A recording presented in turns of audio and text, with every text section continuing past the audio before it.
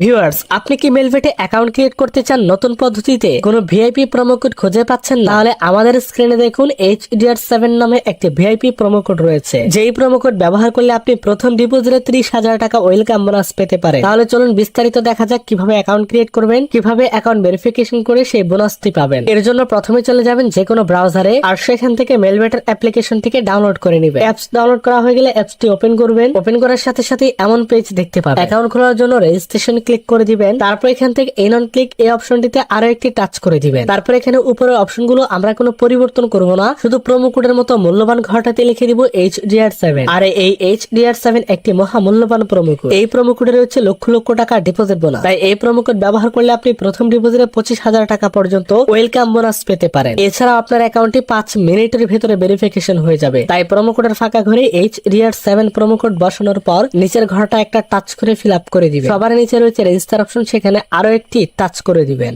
Click করে দিলেই আমাদের অ্যাকাউন্ট রেজিস্ট্রেশন হবে আর আমাদেরকে ইউজার নেম ও পাসওয়ার্ড দেওয়া হবে। অবশ্যই এই ইউজার নেম ও পাসওয়ার্ড অ্যাকাউন্টের জন্য খুবই ইম্পর্টেন্ট একটা জিনিস, তাই এটিকে আমরা খুব ভালোভাবে সংরক্ষণ করব। তাই এটিকে আমরা একটি স্ক্রিনশট দিয়ে নিলাম। স্ক্রিনশট দেওয়া হয়ে গেলে নিচে দেখতে পাবেন নেক্সট অপশন থাকবে, আমরা এই নেক্সটে ক্লিক করে দিব। আমাদের অ্যাকাউন্ট রেজিস্ট্রেশনের কাজ শেষ। এবার আমরা আমাদের অ্যাকাউন্টটিকে ভেরিফিকেশন করব। অ্যাকাউন্ট ভেরিফিকেশন করার জন্য নিচের কর্নারের মেনুতে আমরা একটা টাচ করে দিব। তারপর এখানে উপরের কর্নারে পার্সোনাল প্রোফাইলে আরো একটা ক্লিক করে দিব। ক্লিক করলে আমাদের সামনে ঠিক এমন ইন্টারফেস চলে আসবে। এখান থেকে শুরুতে আমরা আমাদের অ্যাকাউন্টে ফোন নাম্বারটিকে যুক্ত করে নিব। ফোন নাম্বার যুক্ত করার জন্য এখানে দেখতে পাচ্ছেন ফোন নাম্বারে লিংক বলে একটি অপশন রয়েছে। আমরা এই ফোন নাম্বারে লিংকে ক্লিক করে দিব। তারপর এই ঘরটাতে আমরা আমাদের মোবাইল নাম্বারটি বসিয়ে নেক্সটে ক্লিক করলে আমাদেরকে একটি ওটিপি পাঠানো হবে। সেই ওটিপিটি এখানে বসালে আমাদের অ্যাকাউন্টে মোবাইল নাম্বারটি যুক্ত হয়ে যাবে। তারপর আমরা আমাদের ন্যাশনাল আইডেন্টি কার্ড ভেরিফিকেশন করব। এই জন্য উপরে দেখতে পাচ্ছেন এন্টার ডিটেইলস বলে একটি অপশন রয়েছে। আমরা এই এন্টার ডিটেইলসে ক্লিক করে দিব। ক্লিক করার পর আমাদেরকে ঠিক এমন একটি ইন্টারফেসে নিয়ে আসা হবে। এখানে রয়েছে সারনেম। এই ঘরে আমরা আমাদের নামের শেষের অংশটি বসাবো। ফার্স্ট নেমের ঘরে আমরা আমাদের নামের প্রথম অংশটি বসাবো। প্যাট্রনিক নেমের এখানে আমরা আমাদের ডাক নামটি বসিয়ে দিব।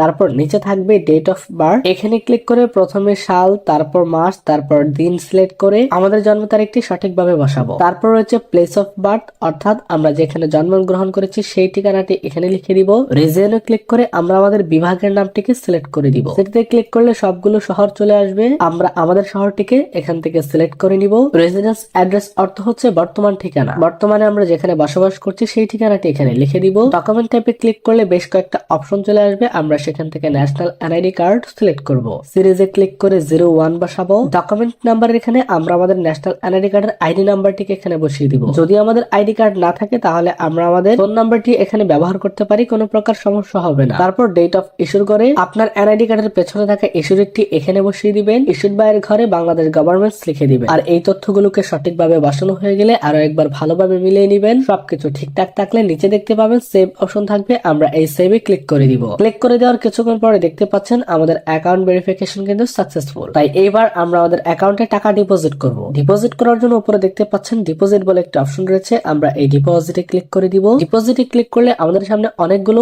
অনলাইন ব্যাংকিং চলে আসবে। আমরা চাইলে বিকাশ, নগদ, রকেট কিংবা উপায়ের মাধ্যমে এখানে ডিপোজিট করতে পারি। আমি আজকে আপনাদেরকে দেখানোর জন্য বিকাশের মাধ্যমে ডিপোজিট করব। এই জন্য বিকাশে ক্লিক করে দিলাম। ক্লিক করে দেওয়ার সাথে সাথে আমাদের সামনে ঠিক এমন একটি ইন্টারফেস চলে আসবে। এখানে প্রথমে রয়েছে একটি বিকাশ ওয়ালেট ও এজেন্ট নাম্বার। আমরা যত টাকা ডিপোজিট করতে চাই তত টাকা এই বিকাশ নাম্বারটিতে ক্যাশ আউট করব। তবে এখানে সেন্ড মানি করলে হবে না। আর ক্যাশ আউট করার পর আমাদেরকে একটি ট্রানজাকশন আইডি দেওয়া হবে, সেটিকে কপি করব। অ্যাপসে ফিরে অ্যামাউন্টের ঘরে আমরা যত টাকা ক্যাশ আউট করলাম তত টাকার পরিমাণ লিখে দিব। তার নিচের ঘরে আমরা যে নাম্বার থেকে ক্যাশ আউট করলাম সেই নাম্বারটি লিখে দিব এবং তার নিচের ঘরটাতে কপি করা ট্রানজাকশন আইডিটিকে পেস্ট করে দিব। এগুলো সঠিকভাবে বসানো হয়ে গেলে নিচে দেখতে পাবেন কনফার্ম অপশন থাকবে। আমরা এই কনফার্মে টাচ করে দিব। কনফার্মে ক্লিক করার কিছুক্ষণের মধ্যে আমাদের অ্যাকাউন্টে ডিপোজিট করা সেই টাকাটি এসে যোগ হয়ে যাবে।